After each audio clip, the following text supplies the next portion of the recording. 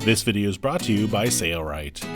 In this video, we're going to discuss a few different hems, and we're also going to talk about how to edge a piece of fabric using a binder and binding. Alright, now we have some lighter fabric and we're going to create a single hem. The single hem will leave a raw edge exposed, so you have to consider that when you create a single hem. We're going to use straight pins in this application because this is basically a home sewing fabric. Typically pins are placed anywhere from 6 to 12 inches. We're going to place 3 pins in this small sample that are closer together just to demonstrate how to pin the fabric.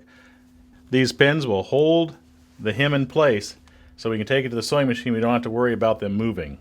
Again, we're going to use the magnetic guide and we're going to place our stitch approximately 1/4 inch from the raw edge of the fabric. And as we approach each pin, we'll remove the pins. We're going to hold the trailing threads, do some reversing, and sew down the length. Here we've reached another pin, so we'll pull it. Another pin, pull it.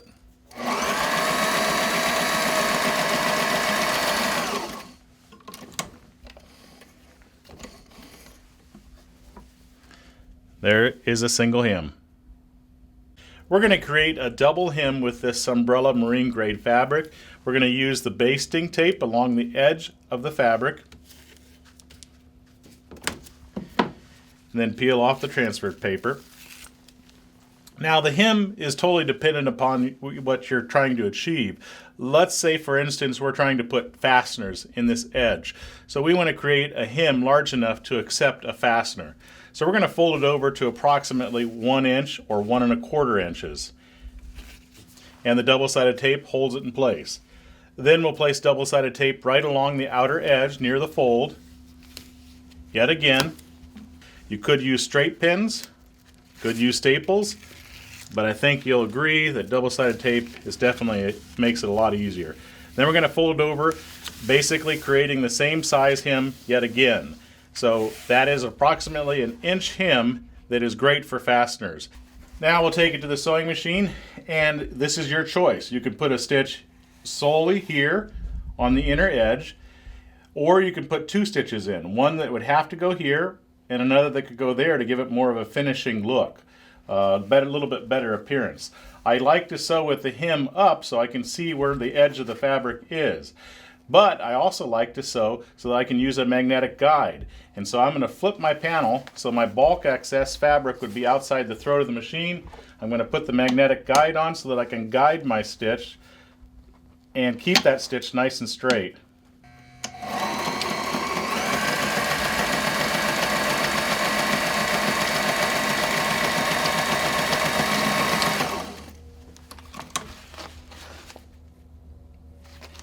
There's the outside surface, and typically this is the undersurface. Okay, we have this home decor fabric yet again, and we're going to create a rolled edge hem. This is going to help us hide this raw edge that is already unraveling. So we're going to create approximately 1/4 hem here, 1/4 inch hem, and then we're going to fold it over to approximately 1 inch. There are no rules in this, it's just what you're trying to achieve.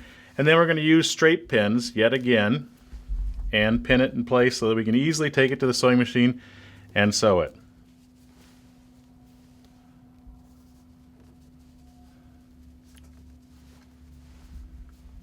Okay, we're not going to use the magnetic guide in this application, and this pin's already too close, so we're going to remove it. And we're going to use this rolled edge, and we're going to line it up to this inside edge of the presser foot so that we can keep our stitch nice and straight. Lower the presser feet, and then trap your threads and begin to sew.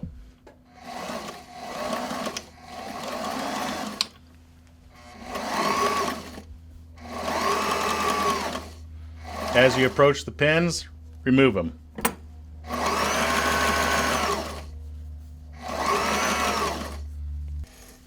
Rolled edge hem.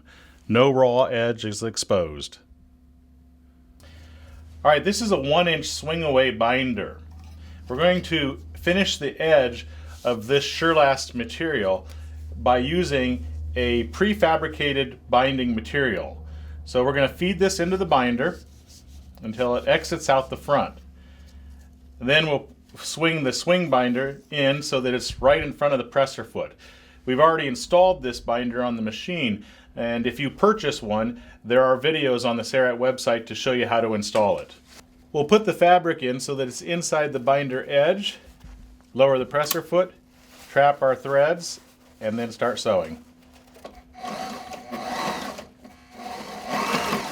You'll notice that as we sew, the binder holds the binding over the edge of the fabric, and it sews it and keeps the stitch in exactly the right spot. I don't have to do anything except for keep the fabric in the binder.